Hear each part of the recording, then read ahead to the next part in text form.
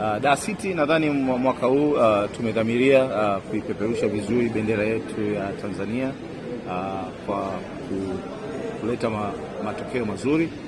Ukiangalia aina ya wachezaji ambao tumewaongeza ni wachezaji wa level ya juu sana, na vile tuna Watanzania wenzetu ambao nao wako kwenye level ya juu. Tukiwa na ongezeko la Omari Sadiki ambao ni MVP wa regular season ya DBL mwaka 2025.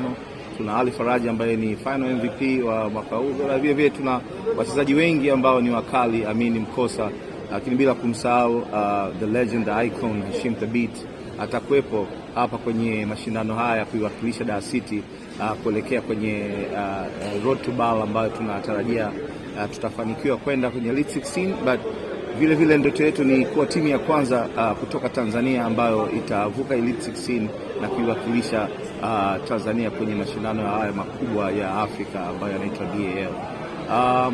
Ni wasihi wapenzi wa mpira wa kikapu mkoa wa Dar es Salaam, lakini Tanzania najua ni short notice, lakini kama una nafasi, una muda, basi njoo support team yako ya Dar City ambayo itawakilisha Tanzania katika viwanja hivi vya IST Masaki.